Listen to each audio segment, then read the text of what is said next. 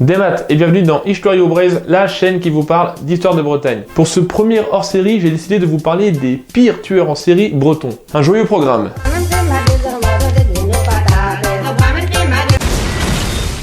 Et on commence tout de suite par la troisième position avec l'ogresse de la Goutte d'Or. Comme beaucoup de jeunes bretonnes à la fin du 19e siècle, Jeanne Moulinet, originaire d'un petit village près de Paimpol, débarque à Paris en 1890 à l'âge de 14 ans afin de fuir la misère de son pays natal. Elle va rapidement se faire embaucher comme gardienne d'enfants dans le 18e arrondissement. Au bout de quelques années, elle y rencontre un cocher, Jean Weber, avec qui elle va se marier à l'âge de 19 ans. Elle a 3 enfants, mais les 2 aînés meurent très jeunes et il ne lui reste que le petit Marcel qu'elle va élever avec l'aide de sa belle-sœur prénommée Blanche. Ce beau monde déménage impasse de la Goutte d'Or et tout semble aller pour le mieux. Mais l'affaire commence le 25 décembre 1902. Alors qu'elle garde une petite fille et que le père la laisse seule avec elle, ce dernier a l'horreur de la trouver morte en rentrant. Les médecins diagnostiquent une pneumonie aiguë. En 1903, même histoire. Alors qu'elle est seule pour garder une fillette de 3 ans tandis que ses parents sont sortis, ces derniers la retrouvent à côté du corps inerte de leur petite fille en rentrant. Et les médecins diagnostiquent une pneumonie aiguë. Pas de bol. Mais c'est à partir de 1905 que ça commence à paraître bizarre. En effet, lors d'une sortie, Blanche, sa belle-sœur, lui demande de garder son bébé de 18 mois. Malheureusement, lorsque Blanche rentre le soir, elle retrouve Jeanne à côté du corps de son petit garçon. Les médecins diagnostiquent des convulsions. Mais comme les morts jeunes à cette époque sont assez fréquentes, on ne se pose pas trop de questions. Et sa belle-sœur laisse Jeanne de nouveau seule avec sa deuxième fille âgée de 2 ans, qui est retrouvée morte au retour des parents. Et 3 jours plus tard, c'est au tour de Marcel, le propre garçon de Jeanne, qui est retrouvé subitement mort à l'âge de 7 ans. L'entourage commence à se poser de sérieuses questions, mais ils ne veulent pas juger Jeanne trop vite, qui doit supporter un mari alcoolique et qui a elle-même tendance à plonger dans l'alcool de plus en plus. Jusqu'à ce que son beau-frère lui demande de garder son petit le temps de faire quelques commissions.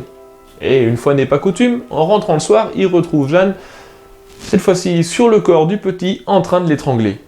Heureusement, le père arrive à repousser Jeanne et sauve son garçon en l'envoyant à l'hôpital, loin de la Bretonne. La famille Weber va porter plainte contre Jeanne, qui doit passer en jugement. Tout porte à croire que sa carrière va s'arrêter là, mais le 29 janvier 1906, un médecin légiste de renom, le docteur Toineau, pratique une autopsie sur le corps des victimes et en conclut qu'ils ne sont pas décédés de suffocation. Elle est donc relâchée. Mais la presse s'étant emparée de l'affaire, l'ogresse, comme elle est appelée, est très mal vue à Paris. C'est sans compter sur quelques personnes très confiantes dans le diagnostic du médecin qui essayent de la défendre. C'est le cas de Sylvain Bavouzet, cultivateur dans l'Indre, qui lui écrit pour l'inviter à venir chez lui. Elle accepte l'invitation et c'est sous un faux nom, Jeanne Glaise, qu'elle devient la domestique de ce brave homme qui la laisse s'occuper de ses enfants. Seulement en 1907, le bon Sylvain trouve son fils de 9 ans en train de suffoquer Jeanne à ses côtés. Mais ça va, il est vivant.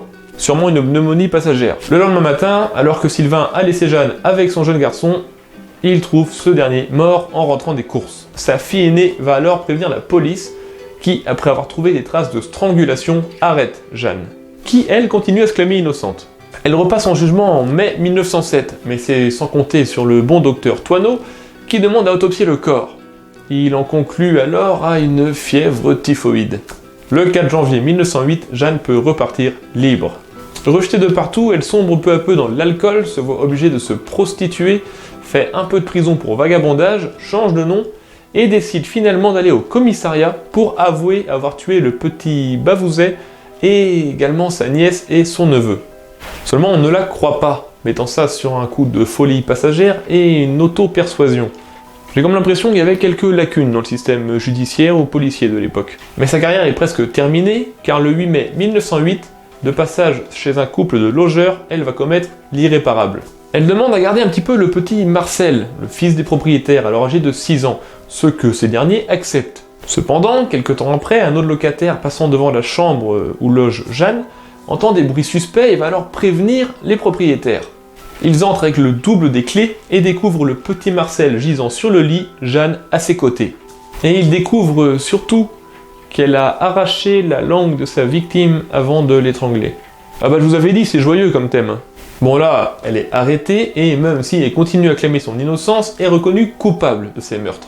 Au tribunal, elle est déclarée aliénée mentale et est envoyée à l'asile, d'où elle s'enfuira en 1910 pendant une quinzaine de jours et se fera prendre en essayant d'être embauchée comme gardienne d'enfants, pour finir par mourir dans une crise de folie le 23 août 1918. Au total, l'ogresse de la Goutte d'Or a tué 10 enfants, à moins que ce ne soit la pneumonie. Bon, je commence un peu fort avec une tueuse d'enfants, mais je vais vous parler maintenant de la deuxième de ce classement, une femme bien perturbée du 19e siècle, j'ai nommé la Gégado. Le 2 juillet 1851, une femme est arrêtée à Rennes pour triple homicide par empoisonnement. Il s'agit d'Hélène Gégado, une bretonne de 48 ans, originaire du Morbihan. Ils l'ont arrêtée alors qu'elle travaillait comme cuisinière chez Théophile Bidard de Lannoy, qui a commencé à se poser des questions lorsque 3 de ses domestiques sont mortes seulement 15 jours après l'arrivée d'Hélène à son service.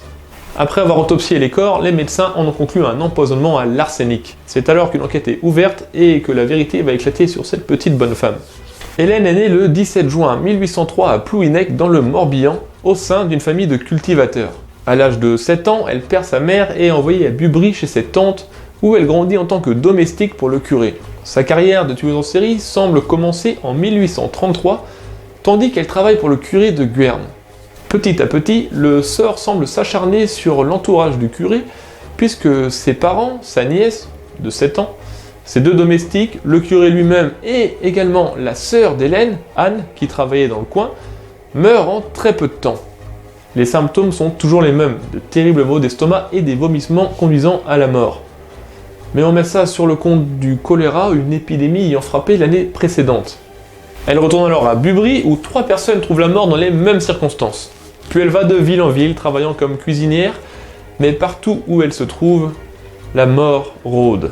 Elle passe par Pontivy, travaillant pour le maire, mais change d'endroit lorsque le fils de ce dernier, de 14 ans, meurt subitement. Dans le secteur, il est rapidement suivi par 7 autres personnes. Elle va à Pleumeur, où là c'est une petite fille de 2 ans qui est retrouvée morte des mêmes symptômes. Puis des victimes du choléra rendent l'âme à Locminé, Hennebont, Lorient, Auray, Plunerette, partout où la Gégado passe. Elle a la réputation d'être une femme vulgaire, malpropre et alcoolique. Un beau tableau. Elle est analphabète et ne parle que peu le français, sa langue étant le breton. Mais on l'a dit, courageuse à la tâche et attentionnée, restant au chevet des malades, leur préparant des petits plats et des tisanes jusqu'à leur dernier souffle. Rien de suspect, quoi. Donc on ne la soupçonne pas, et les proches des disparus, très religieux, refusent les autopsies. Elle monte à Rennes en 1849, trouve du travail comme cuisinière, mais quitte rapidement son employeur après que la femme de chambre de ce dernier succombe subitement au choléra. Ce qui nous mène à 1851 où elle est embauchée par Théophile Bidard de Lannoy. Alors ce Théophile n'est pas n'importe qui, puisqu'il est professeur à la faculté de droit de Rennes, avocat et expert des affaires criminelles. Je ne suis pas sûr qu'Hélène ait compris tout ce que ça impliquait. Ce dernier, lui, pratique les autopsies sur le corps de ses 3 employés morts à intervalles réguliers des mêmes symptômes. Et le verdict tombe, empoisonnement à l'arsenic. Hélène est arrêtée et son procès s'ouvre le 6 décembre 1851. Et malgré l'afflux de témoignages, notamment du Morbihan, les gens faisant le lien avec cet individu et les morts suspectes dans leur entourage, elle n'est jugée que pour 3 meurtres et 3 tentatives de meurtre. Puisqu'il est impossible de trouver que c'est bien elle qui a tué tous ces gens, et qu'il y a surtout prescription, la durée de l'époque étant de 10 ans. Elle se retrouve condamnée à mort et avoue tous ses meurtres. Elle raconte avoir été initiée au secret de l'arsenic par une vieille femme de Guerne, et semble obsédée par l'Ankou, la figure de la mort bretonne. Elle explique ses méthodes d'assassinat, mettant de l'arsenic dans ses gâteaux ou ses tisanes, et le servant régulièrement à ses victimes. Ainsi, pendant 18 ans, elle a semé la mort autour d'elle. Elle est guillotinée à Rennes, sur le Champ de Mars, le 26 février 1852. On ne connaît pas le nombre exact de ses victimes, à l'époque on lui en prête 37. Mais elle dit avant de mourir avoir tué beaucoup plus de personnes que ça, y compris son père et peut-être sa mère. Et aujourd'hui on estime ses victimes à environ une 60aine, faisant d'Hélène Gégado une des plus grandes empoisonneuses du monde. Bon, on vient de voir une tueuse d'enfants, puis une tueuse d'un très grand nombre de personnes, alors pourquoi pas mélanger les deux et avoir un tueur d'un très grand nombre d'enfants. Je vous présente le pire tueur en série breton, j'ai nommé Gilles de Rais. Bon, sur Gilles de Rais, il y a énormément de choses à dire, puisque avant de dérailler complètement, il a eu une carrière très complète. Gilles de Rais naît à Champossé-sur-Loire, probablement vers 1405. Il est breton par sa mère, puisqu'il est l'arrière-petit-neveu de Bertrand du Guesclin. À l'âge de 11 ans, il perd ses deux parents, et est élevé par son grand-père, Jean de Craon, contrairement au testament que ses parents avaient laissé, dans lequel il devait être élevé par un de ses cousins. Parce que oui, son grand-père n'a pas de très bonne réputation. Il est dit violent, orgueilleux, rusé, et sans scrupules pour arriver à ses fins. D'ailleurs, Gilles a très tôt des problèmes avec la justice, puisqu'il est embarqué par son grand-père dans des histoires de séquestration d'autres nobles, afin de les pousser à leur céder leur propriété. Une manière comme une autre d'agrandir son domaine.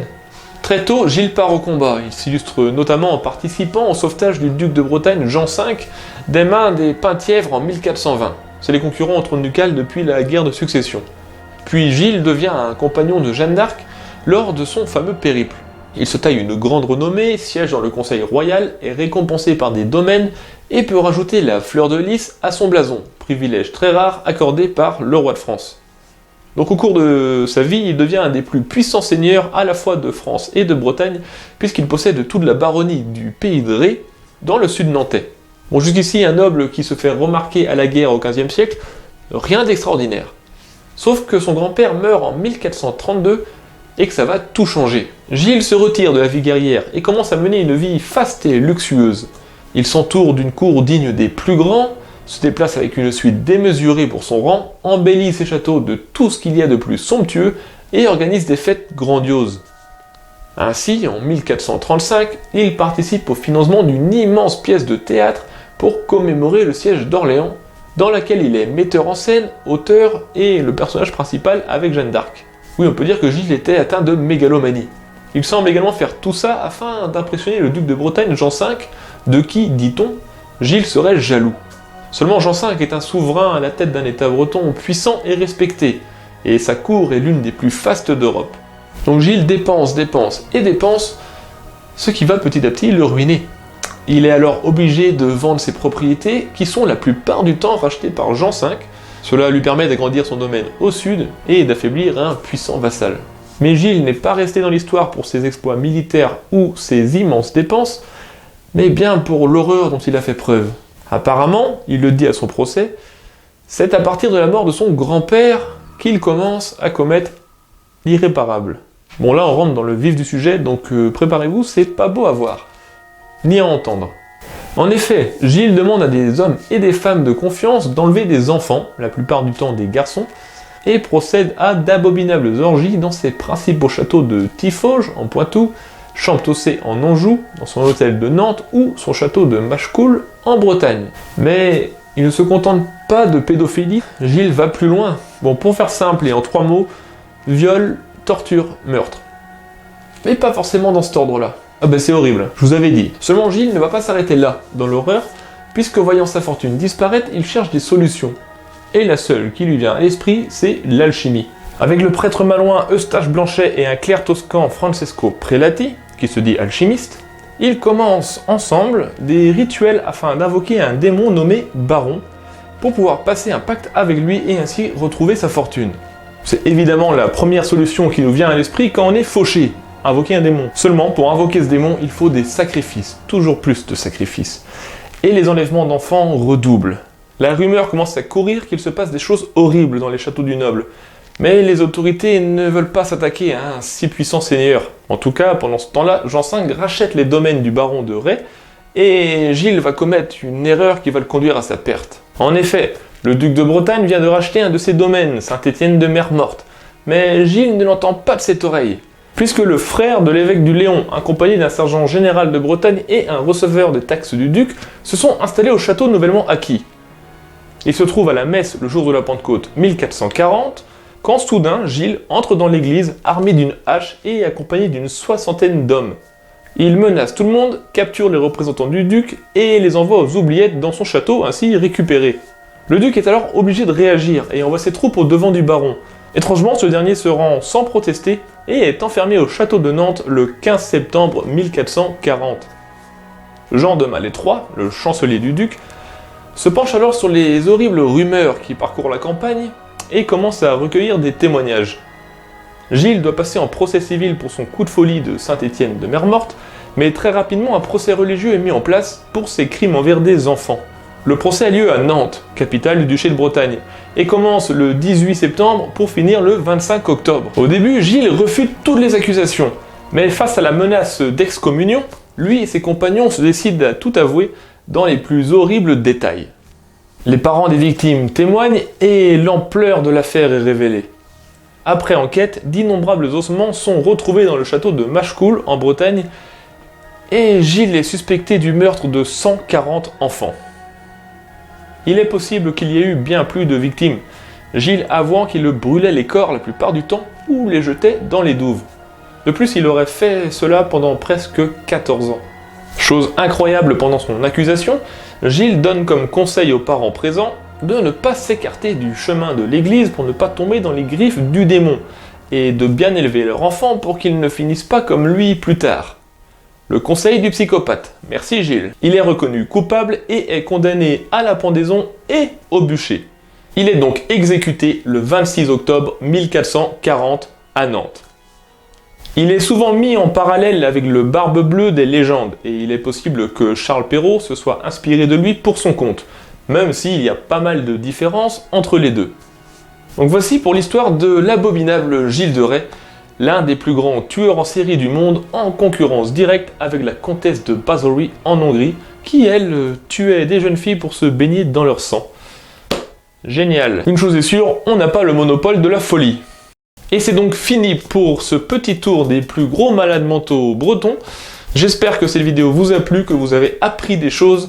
Et surtout, n'hésitez pas à vous documenter par vous-même sur ces personnages. Je vais mettre des références de livres dans la description. Comme ça, vous pourrez vous plonger dans ce monde merveilleux. Donc si vous avez aimé, je vous invite à partager cette vidéo sur les réseaux sociaux et autour de vous. Ça me fera très plaisir. Si vous découvrez la chaîne, n'hésitez pas à faire le tour des autres vidéos pour voir ce que j'ai fait jusqu'à présent. Et à vous abonner, comme ça vous ne raterez rien dans les prochaines sorties, et puis c'est plutôt cool en fait de faire ça. J'ai plus qu'à vous dire le mot de la fin, Trugaré à Kenavo.